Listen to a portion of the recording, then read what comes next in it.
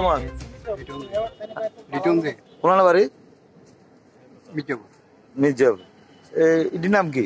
ওটার brown sugar. কই ভাইছো এটা? কার কাছে থেকে কিনছো? কত দিয়ে কিনছো? কিলে কিনছো? তুমি খাওনি? তুমি নেশা করো? কি করো এমনি? পেশা কি তোমার? টমটম চাল। এটা কত নিচে দাম? প্রতিদিন কয় ঘন্টা লাগে? 2 ঘন্টা লাগে। তো টমটম চালায় কত রুজি হয়? শেষ। খাও কেমনে এটি?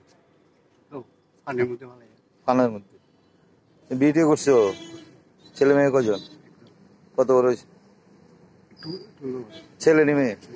মেয়ে? মেয়ে খানি নেশা? বয়স? বাড়ি মির্জাপুর নেই? কেন ধরছে? কিসহ? Brown sugar.